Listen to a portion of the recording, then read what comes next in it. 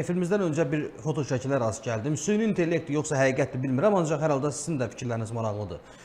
Hansı ki benzin doldurma məntəqələrinin bir çoxunun qarşısında benzin yoxdur plakatlar artıq asılır. Yox var. Mən onun videosuna baxdım. Məsələn, Deutsche Welle yaydı, Azadlıq radiosunun, Rusiya bürosunun işçiləri yaydılar. Çünki onlara tanışları çəkib atırlar videoları.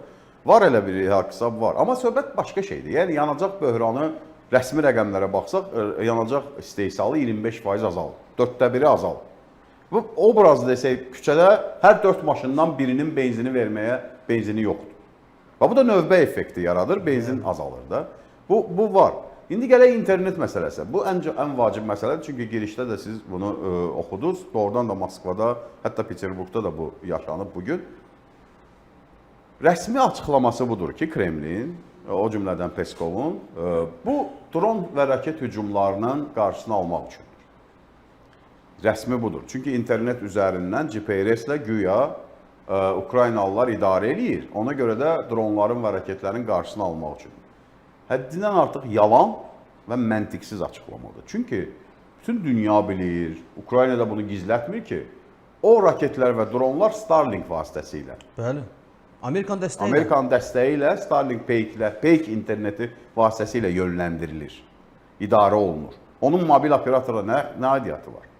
Mənim ehtimalım... Bəs o zaman səbəb nədir? Mənim ehtimalım odur ki, səbəb odur ki, həddindən artıq ciddi narazılıqla dolu videolar yayılmağa başladı. Aha, bunun qarşısını almaq Bunun qarşısını almaq. Telegram kanallar, əsasən də Telegram kanallarda, əsasən də hətta Max platforması yaratdılar, bilirsiniz Ruslar. Putinin dostu yarattı onu.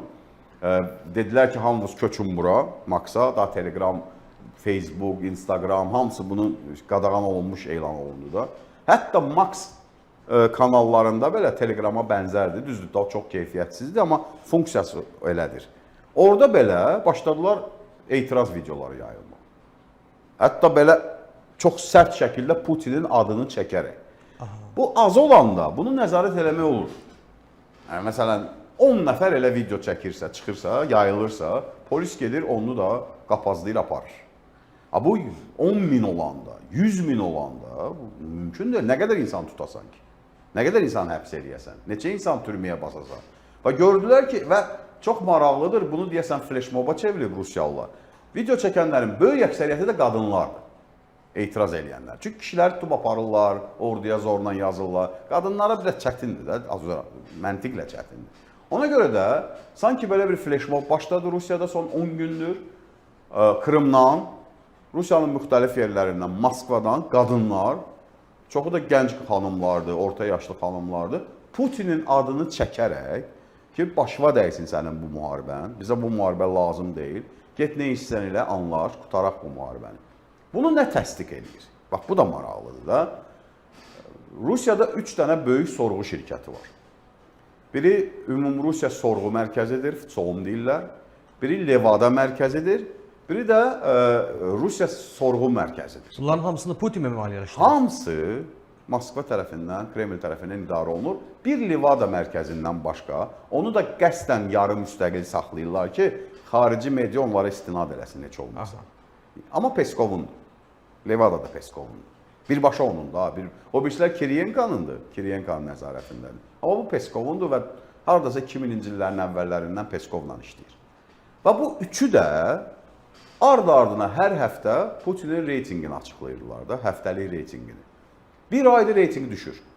Və bunu da bütün Rusiya mediası yayır da. Yəni, bu necə ola bilər? Rusiya kimi qapalı ölkədə necə ola bilər ki, mərkəzi saytlar, RBK kimi kanal, televiziyalar götürürlər, hər həftə çıxırlar ki, Putinin reytingi 3% düşdü, 5% düşdü. Buradan belə bir nəticə hasil olurmu ki, elit arasında artıq çaxnaşma başlayır? Elə ona gətirirəm.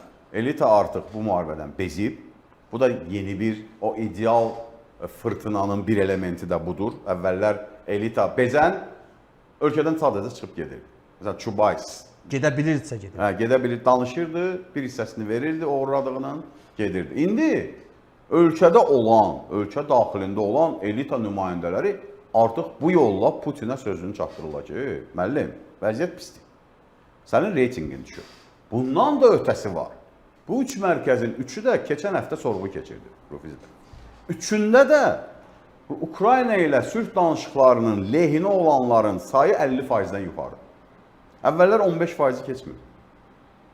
15%, 18%, 20%, Levada biraz yüksək göstərirdi, 30%-ə yaxın. Amma hamısında 60%, 70% qələbəyə qədər müharibə. Kiyev təslim olmalıdır, eyvallah, qaçın qabağa. Buydu bu hava. Keçən ildən başlayaraq və bu ilin son ay yarımı, 2 ayında artıq bu dəyişdi. Artıq 50%-dən yuxarı insanlar sorğuda deyirlər ki, Putinə get anlaş. Necə anlaşırsan özün bilərsən, get anlaş. Bu da yenilikdir, bu da elitanın bir mesajıdır. Bunun da üzərinə nə gəldi? Sankt-Peterburg İqtisadi Forumu oldu. Çox belə səs-küy yaradan. Orada Şoxin və digər Rusiyada çox tanınmış və Putinin ilk günlərində onun yanında olan oliqarxlar açıq-açıq onu tənqid eləməyə başladılar. Rusiya iqtisadiyyatını tənqid eləməyə başladılar. Bu yolun yanlış olduğunu söyləməyə başladılar. Təsəvvür edin ki, German Gref, Sberbankın rəhbəri, Putinin ən yaxın dostlarından biri, səhər yeməyi verir, ənənəvi. Hər dəfə Peterburg İqtisadi Forumunda səhər yeməkləri olur, ənənəvi. Onun sponsoru Sberbankdır. Səhər yeməyi 8-də başlayır, onu canlı yayırlar. RBK verir, başqa kanallar verir. Həmin səhər yeməyində yerindən duran, Putinin adını çəkmədən iqtisadi siyasi sistemi başladı tənqid eləmək. İlk dəfə idi bu baş verirdi. Ardınca Şoxin söz alır. Hansı ki, Rusiya sahibkarlar ombudsmandır, prezidentin fərmanı ilə təyin olunub. Əvvəllər də vitse-premier, baş nazirin müavini oldu. Baş nazirin müavini. Çıxır deyir ki, Putin alladırlar. Bax, sitatdır ha. Vəziyyət çox pisdir. Putini alladırlar. Biz ona kömək eləməliyik. Onu yanlış yola yönləndirirlər. Onu yenidən SSR-ni bərpa etdirməyi beyninə salıblar. O yoldan biz qayıtmalıyıq. Biz bazar iqtisadiyyatına, dünyaya inteqrasiya, sanksiyaların aradan qaldırılmasına çalışmalıyıq. Çox üzr istəyirəm Natiq bəy. Burada maraqlı bir detallar var əslində. Misal üçün onu deyərkən keçmiş SSR-nin bərpasını Rusiyanın mütləq əksəriyyəti deyir. Ancaq bu elit arasında xüsusilə kimləri, hansı qruplardır ki, onlardan fərqli düşünən? Biznes elita. Biznes elita fərqli düşünür. Hə, təhlükəsizlik, ordu, onlar çünki pul qazanırlar da.